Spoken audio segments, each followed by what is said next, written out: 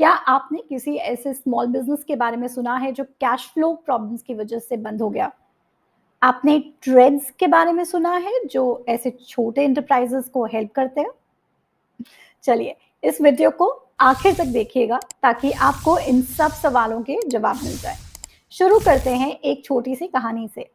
रत्ना ने अपना एक काम शुरू किया, वो था कस्टमाइज्ड बैग्स बेचने का। वो मोटिवेशनल कोट्स और बहुत अच्छी पिक्चर्स के साथ, एम्ब्रॉयडरी के साथ बैग्स बेचती थी। 25 लाख की इनिशियल इन्वेस्टमेंट थी और काम शुरू करते ही उसको एक बहुत बड़ा ऑर्डर आ गया एक बहुत बड़ी कंपनी से। 1000 बैग सप्लाई करने थे, 1000 रुपए के, 10 लाख का ऑर्डर और उसमें उसका प्रॉफिट मार्जिन 50% था। रत्ना को लगा उसकी तो निकल पड़ी। काम किया, दिन रात काम किया, बहुत मेहनत की, बैग सप्लाई कर दिए। लेकिन सप्लाई करने के बहुत दिन बाद भी उसको उस बड़ी कंपनी से पेमेंट टाइम पर नहीं हो पाई। आखिर में रत्ना अपना बिजनेस बंद करना पड़ा। रत्ना अकेली नहीं है। एक इंश्योरेंस कंपनी जो क्रेडिट इंश्योरेंस देखती है, उसकी एक स्टडी के हिसाब से हिंदुस्तान में 80% बिजनेस जो बंद होते हैं, वो बंद होते हैं कैश फ्लो की प्रॉब्लम्स की वजह से। और कैश फ्लोज जनरली इसीलिए आती हैं क्योंकि छोटे व्यापारियों को अपना काम का पैसा टाइम पर नहीं मिलता। सरकार ने बहुत काम किया है। एमएसएमई एक्ट लाया गया था 2006 में, micro small and medium enterprises act. उसके अंदर किसी भी छोटे व्यापारी को, एमएसएमई को पेमेंट 45 डेज के अंदर अंदर मिल जानी चाहिए। नहीं मिले तो जो बायर है उसको भारी पेनल्टी देनी पड़ेगी। इसके अलावा सरकार ने समाधान पोर्टल भी बनाया है जिसके अंदर अगर डिलेड पेमेंट है तो वो उसकी कंप्लेंट कर सकते हैं। मतलब रत्ना को कोर्ट जाने की जरूरत नहीं थी, वो चाहती तो समाधान पोर्टल में कंप्लेंट रेज कर सकती थी।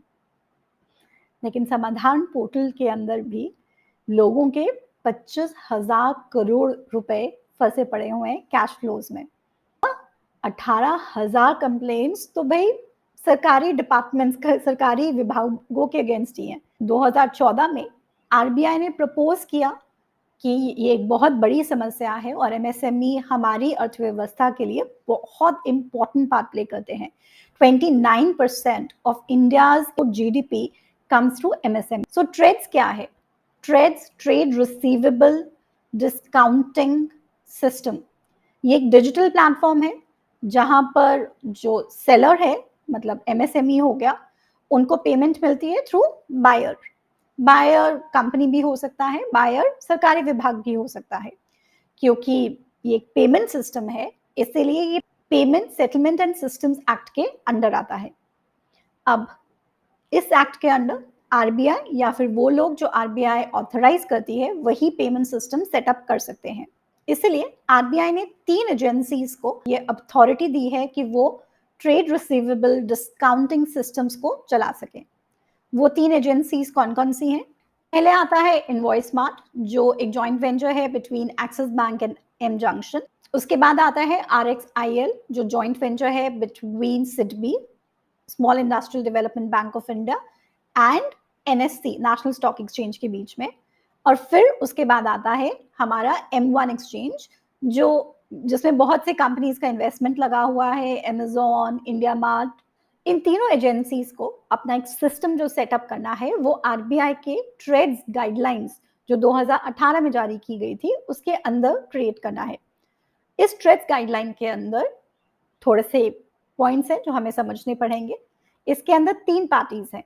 पहली पार्टी है जो सेलर है, seller of goods and services, जो आती है MSME, micro small and medium enterprises.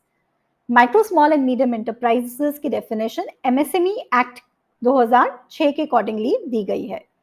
Micro enterprises वो एंटरप्राइजेस होती हैं जिनकी प्लांट एंड मशीनरी और इक्विपमेंट में इन्वेस्टमेंट 1 करोड़ रुपए तक है और टर्नओवर 5 करोड़ तक है।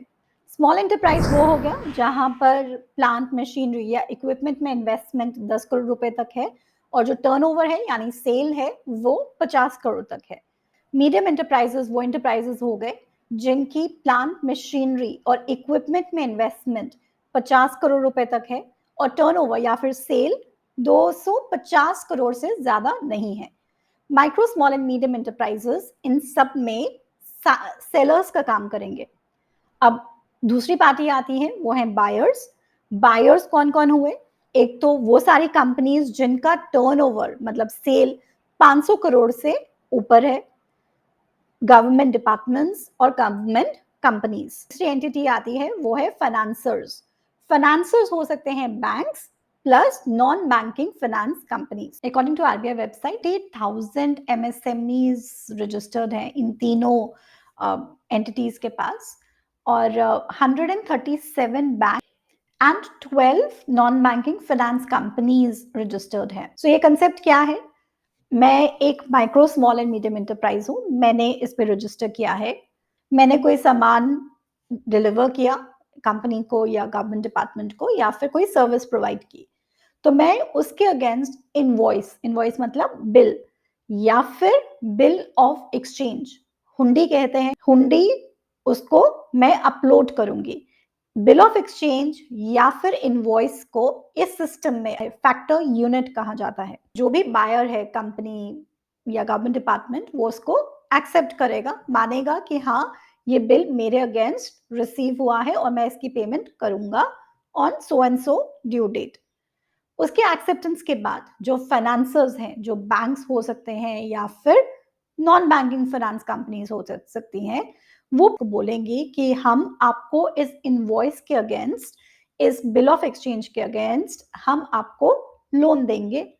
मतलब फॉर एग्जाम्पल मान लीजिए जो बिल है वो 10,000 रुपए का था, तो वो कहेंगे कि हम आपकी इसको पेमेंट आनी है 3 महीने के बाद, हम आपको अभी इसी वक्त मतलब T+2 डेज के अंदर, 2 दिन के अंदर आपको 9,975 रुपीज दे देंगे। जिसकी भी बिड सबसे कम लगेगी वो उसको ओके करेगा, उसी समय एमएसएमई को T+2 डेज के अंदर पैसा मिल जाएगा। उसके बाद जो फाइनेंसर है, बैंक या नॉन बैंकिंग फाइनेंस कंपनी, वो जो बायर है उसके बैंक को इन्फॉर्म करेगी कि हमने इस इनवॉइस या इस बिल के अगेंस्ट फाइनेंसिंग की है जिसकी due date so and so है, और वो जो ड्यू डेट है उस पर एक रिमाइंडर भेजेगी बायर के बैंक को और बायर को, और ड्यू डेट पर बायर का जो बैंक है वो ऑटोमेटिकली बायर का अकाउंट डेबिट करके जो फाइनेंसर है उसको पैसा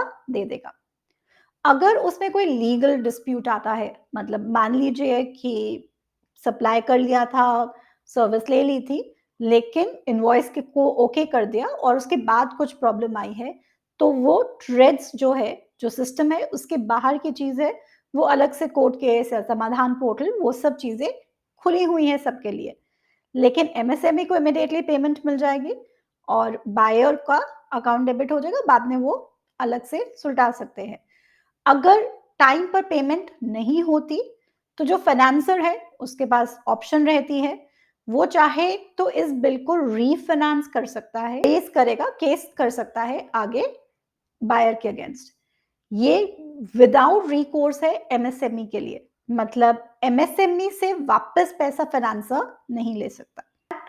नीति आयोग की जो अभी रीसेंट एक स्टडी आई है जुलाई 2022 में, ट्रेड्स जितना सोचा था उतना सक्सेसफुल या इतना अभी फैला नहीं है। नीति आयोग ने इसके 3 रीजंस बताए। पहला वजह था जो कॉर्पोरेट्स हैं वो ही इस प्लेटफॉर्म पर आने के लिए थोड़ी सी इंटरेस्टेड नहीं है। उन्हें लगता है कि उनका मतलब रिस्ट्रिक्शंस आ रही हैं, अगर उनको बाद में पता चला कि कुछ माल में कुछ खराबी थी या सर्विस में कुछ लेक्यूमन था, कुछ कमी थी, तो फिर वो उनका जो micro small and medium enterprise है उनका बिल को होल्ड नहीं कर सकती जिस तरह से वो पहले करते हैं, अभी भी करते हैं। इसके अलावा क्योंकि ये सिर्फ micro small and medium enterprises को टारगेटेड है, तो उन कंपनीज का क्या जो सप्लाई करती हैं और जो micro small and medium enterprises नहीं है, मतलब जो बड़े कॉर्पोरेट्स हैं, पब्लिक डिपार्टमेंट्स हैं, उनको 2 अलग-अलग इनवॉइसिंग सिस्टम बनाने पड़ेंगे। एक ट्रेड्स में आएगा, एक ट्रेड्स के बिना आएगा, जो कन्वीनिएंट नहीं है। दूसरी रीजन नीति आयोग ने वो था कि पहले ही बहुत सी कंपनीज के पास अपने सॉल्यूशंस हैं। बहुत बड़े-बड़े जो कंपनीज हैं उनके खुद के ट्रेजरी डिपार्टमेंट होते हैं, जो इस तरह से पेमेंट टाइम पर हो ये सब चीज़ों को देखते हैं। इसके अलावा बहुत से बैंक्स हैं जैसे स्टेट बैंक ऑफ इंडिया का, जिसके पास पहले ही सप्लाई चेन फाइनेंसिंग के नाम से इस सेगमेंट को पहले से केटर कर रही है। तीसरा पॉइंट, फाइनेंसर्स का जो पूल है वो भी बहुत नैरो है, बहुत छोटा है। में ट्रेड्स जो गाइडलाइंस दी हैं आरबीआई ने, उसके अकॉर्डिंगली सिर्फ वो एंटिटीज जो आरबीआई ऑथराइज करता है, जो ऑथराइज एंटिटीज हैं, सिर्फ वही फाइनेंसर्स बन सकती हैं। Micro small and medium enterprises traditionally हमेशा जो स्मॉल फाइनेंसर्स हैं या जो हमारे ऑर्गेनाइज सिस्टम से बाहर आते हैं, जनरली उनसे फाइनेंस लेते हैं। हुंडी के बारे में आपने सुना ही होगा। हमारे गांव में, हमारे शहर, छोटे छोटे शहरों में बहुत सी जगहों पर ऐसे बहुत अनऑर्गेनाइज सेक्टर है जो हुंडी का डिस्काउंटिंग करते हैं, जो हुंडी के अगेंस्ट ट्रेडर्स को इमिडिएटली पैसा देते हैं। तो ये सब ट्रेडिशनल तरीके हैं। इनको डिजिटल लाने में अभी टाइम लगेगा। सरकार को अभी थोड़ा-सा और काम करना है। एक अभी पार्लियामेंट में जवाब देते वक़्त एमएसएमई मिनिस्टर ने बताया था कि जो 500 करोड़ के टर्नओवर तक की कंपनीज़ हैं, उनको बोला गया है, उनको एडवाइस किया गया है। एमएसएमई मिनिस्ट्री ने बहुत बार उनको लिखा भी है।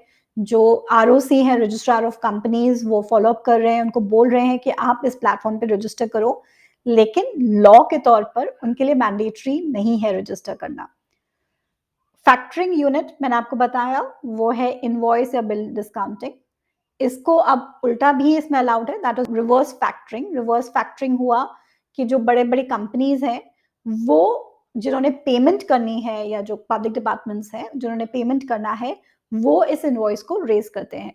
तो गवर्नमेंट का एक प्लेटफ़ॉर्म है which is GM, government market place, वो भी इसके साथ इंटीग्रेट हो रहा है, तो इस पे और काम होगा।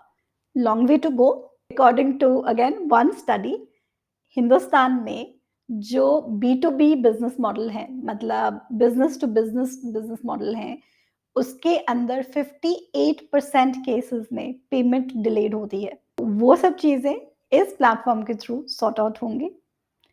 Thank you for watching this space. Keep watching more, as in this week we'll continue discussing the various digital initiatives by our regulator under PSS Act. And also, do not forget to subscribe to my channel to keep general banking as well as finance updates.